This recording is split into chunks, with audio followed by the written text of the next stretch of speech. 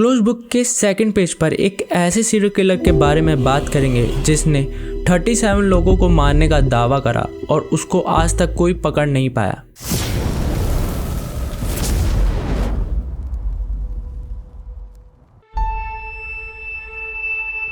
दिसंबर 1968 इस serial killer का पहला शिकार बने 17 साल का डेविड आर्थर फ्राइडे एंड 16 साल की बेटी लुई जेनसन, जो वैल्हो कैलिफोर्निया के हाई स्कूल कपल थे और वो अपनी फर्स्ट डेट पर लेक हरमन रोड के आसपास थे।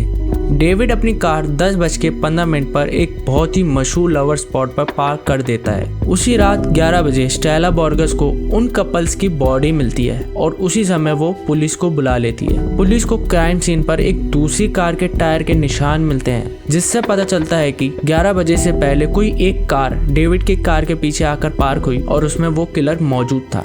किलर ने डेविड के सर पर गोली मारकर हत्या कर दी थी और बेटी के पीठ पर 5 बार गोली मारकर उसकी हत्या कर दी थी। बेटी की बॉडी कार से 28 फीट दूर मिली, जिससे पता चलता है कि वो किलर को देखकर भागने की कोशिश कर रही थी। इस घटना के 5 से 6 महीने बाद ऑन 6 जुलाई 1969 मिडनाइट में Darlene Elizabeth and Michael Mageau Blue Rock Springs Park में अपनी कार पार्क करते हैं, जो कि हरमन रोड मर्डर साइट से सिर्फ 6.4 किलोमीटर दूर थी। जब ये कपल अपनी कार में बैठे होते हैं तो सडनली एक कार उनके पीछे आकर रुकती है और कुछ सेकंड में चली जाती है।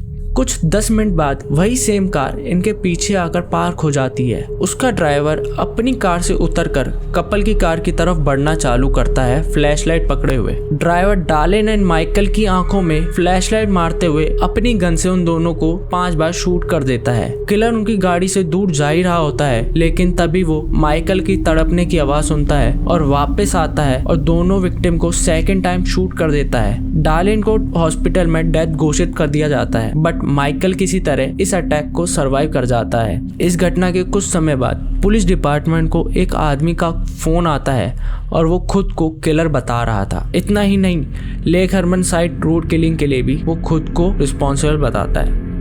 1 अगस्त 1969 San Francisco Examiner, San Francisco Chronicles and Vallejo Times Herald को सिमिलर लेटर्स मिलते हैं और इस लेटर को भेजने वाला इंसान खुद को किलर बताता है एंड इस चीज को क्लेम करता है जो Lake Herman road and Blue Rock spring में जो मर्डर हुए हैं उनका किलर वही है, क्योंकि उसके पास कुछ ऐसे प्रूफ है जो रियल किलर और पुलिस ही जानती है। तीनों लेटर को एक अजीब तरीके के साइन से मार्क किया गया था और इस मार्क को हम मार्क ऑफ ज़ोडिएक किलर के नाम से पहचानेंगे।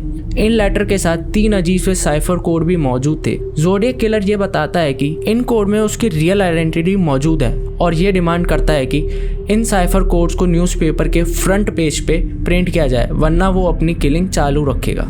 8 अगस्त 1969 डॉलन हार्डन, जो कि हाई स्कूल टीचर थे, एंड उनकी वाइफ बेटिया ने इन साइफर कोड्स को डिकोड किया, जिसमें 408 क्रिप्टिक सिंबल थे। इस कोड लैंग्वेज में ज़ोडिएक बताता है, मुझे लोगों को मारना पसंद है क्योंकि ये जंगल में जानवरों को मारने से ज़्यादा मज़ेदार है, क्योंकि इंसान किसी चीज़ को मारने के लिए सबसे खतरनाक जानवर है जो मुझे सबसे ज़्यादा खुशी देता है। उसका ये भी कहना था, जब वो मर जाने के बाद स्वर्ग जाएगा तो उसके जितने भी लोगों को मारा है वो सब उसके स्वर्ग में स्लेव्स बन जाएंगे।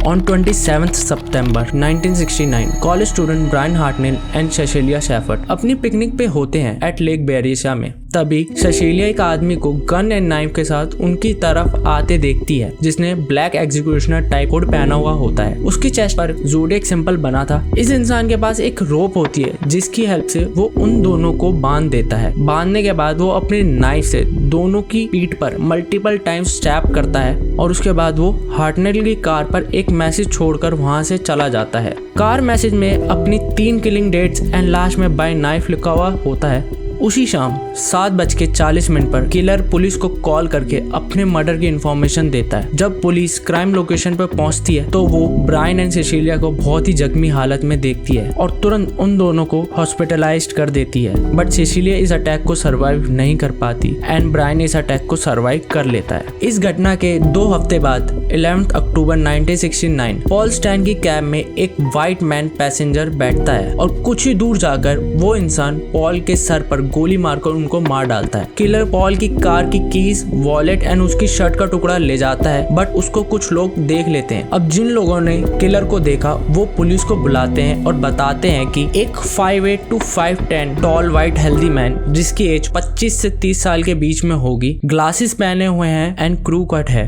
इस घटना में दो police officer Donald Fouke and एरिक जैम सेम डिस्क्रिप्शन वाले व्हाइट मैन से पूछताछ करते हैं। तभी पुलिस रेडियो से फॉल इन्फॉर्मेशन मिलती है कि उनको अफ्रीकन अमेरिकन मेल की तलाश है, ना कि व्हाइट मैन की। इस गलत इन्फॉर्मेशन की वजह से वो उस आदमी को जाने देते हैं। 13 अक्टूबर सैन फ्रांसिस्को क्रॉनिकल को एक लेटर मिलता है जिसमें ज़ोडिएक खुद को कैब ड्राइवर किलर बता रहा था। लेटर के साथ पॉल की शर्ट का कपड़ा मिलता है जो किलर उस समय उसकी शर्ट में से लेकर गया था। पुलिस इसके बाद ज़ोडिएक किलर का वांटेड पोस्टर बनवाकर पूरे शहर में डिस्ट्रीब्यूट करवा देती है।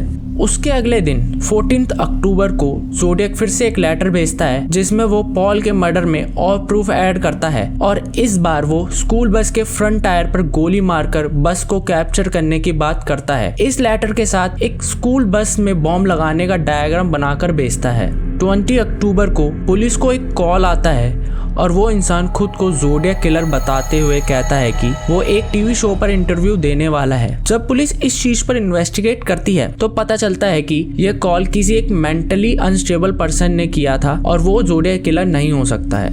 8 नवंबर 1969 ज़ोडिएक किलर फिर से एक साइफर कोड लैंग्वेज भेजता है जिसको 51 ईयर्स तक कोई सॉल्व ही नहीं कर पाया, यानी कि 2020 तक कोई सॉल्व ही नहीं कर पाता।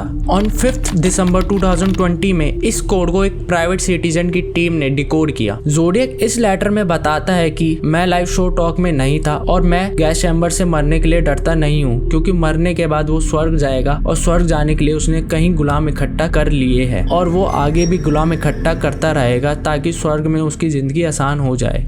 इस इंसिडेंट के बाद भी ज़ोडिएक अपने लेटर को भेजना जारी रखता है 1971 तक और फिर वो अपना लास्ट लेटर भेजता है 1974 में। इस लेटर में zodiac killer the exhaustion movie की तारीफ करता है और यहाँ पुलिस को लगता है कि ज़ोडिएक किलर ने सिर्फ 5 खून करे हैं, लेकिन वो इस लेटर में पुलिस का मजाक उड़ाते हुए यह मेंशन करता है कि अब तक वो 37 का कत्ल कर चुका है। इन लेटर में से किसी एक लेटर में ज़ोडिएक किलर बताता है कि पॉल के मर्डर के समय 2 पुलिस वाले उसको रोककर उससे पूछताछ करते हैं बट पकड़ते नहीं हैं और उसको वो वहां से जाने देते हैं। इतने सालों की इन्वेस्टिगेशन में पुलिस ने मोर देन 2500 सस्पेक्ट को चेक्ड एंड इंटरव्यू किया, बट एक ही पर्सन पब्लिकली नेम हुआ as a suspect, Arthur Leigh Allen. Arthur एक स्कूल टीचर था और उसको रात को अकेले गाड़ी चलाने का भी शौक था। आर्थर को ज़ोडिएक किलर का सस्पेक्ट इसलिए माना गया क्योंकि लेक बेरिशा किलिंग वाले दिन वो अपनी फैमिली को ये बोलकर गया था कि वो लेक बेरिशा में डाइविंग करने जा रहा है और जब वो घर आया तो उसके कपड़े खून से सने हुए थे और उसके पास एक नाइफ भी था। आर्थर के क्लोज लोगों से पता चला वो खुद को ज़ोडिएक बुलाता था। ये पुलिस वारंट के लिए इनफ एविडेंस था। जब आर्थर का trailer more than once check हुआ एंड सेकंड टाइम ऑफिसर्स को एक नाइफ मिलता है उसके ट्रेलर से जो बहुत ही सिमिलर नाइफ था लेक बेरिशा अटैक में। ज़ोडिएक के सेकंड अटैक में माइकल जो सरवाइव कर चुका था वो आर्थर की पिक को देखकर कंफर्म कर लेता है कि इसी ने मुझे गोली मारी थी। आर्थर के घर से बॉम्ब बनाने के फॉर्मूले भी पुलिस को मिलते हैं, बट एविडेंस की कमी होने के कारण पुलिस आर्थर को अरेस्ट नहीं करती क्योंकि बहुत सारे एविडेंस उसके खिलाफ नहीं मिलते, जैसे कि ज़ोडिएक किलर की हैंडराइटिंग आर्थर की हैंडराइटिंग से मैच नहीं करती थी और वो ग्लासेस भी नहीं पहनता था एंड उसका डीएनए ज़ोडिएक किलर के डीएनए से भी मैच नहीं करता था। 26 अगस्त 1922 आर्थर की हार्ट अटैक की वजह से मौत हो जाती है। अब तक ज़ोडिएक किलर को कोई आइडेंटिफाई या पकड़ नहीं पाया। आज तक अमेरिका की हिस्ट्री में ये most famous unsolved murder case है जिसको अभी तक FBI ने अपनी तरफ से इस केस को क्लोज नहीं किया है।